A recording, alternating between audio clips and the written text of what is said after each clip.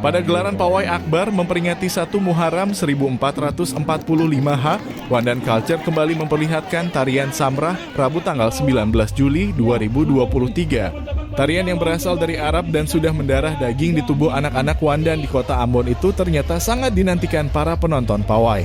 Salah satu penonton Mufidah dalam kurung 36 menyatakan bahwa belakangan ini diketahui tarian dari Wandan Culture yang diperagakan di berbagai kota di Indonesia selalu viral. Ia mengaku biasanya hanya melihat tarian Samrah di media sosial.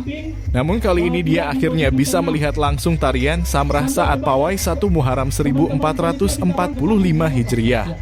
Bagi wanita berusia 36 tahun ini, dirinya bisa melihat langsung dari dekat cara anak-anak Wandan membawakan tarian yang sangat indah ini.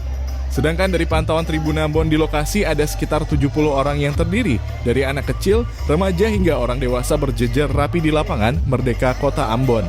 Mereka sebelum mengikuti jalannya Pawai sempat memainkan tarian Samrah di depan aparat petinggi di Kota Ambon seperti pejabat wali Kota Ambon, Kepala Kemenag, Imam Besar Masjid Al-Fatah dan beberapa anggota dewan dari provinsi. Saat sedang memainkan tarian Samrah, Wandan Culture langsung mendapat tepuk tangan meriah dari semua orang yang hadir di kegiatan tersebut.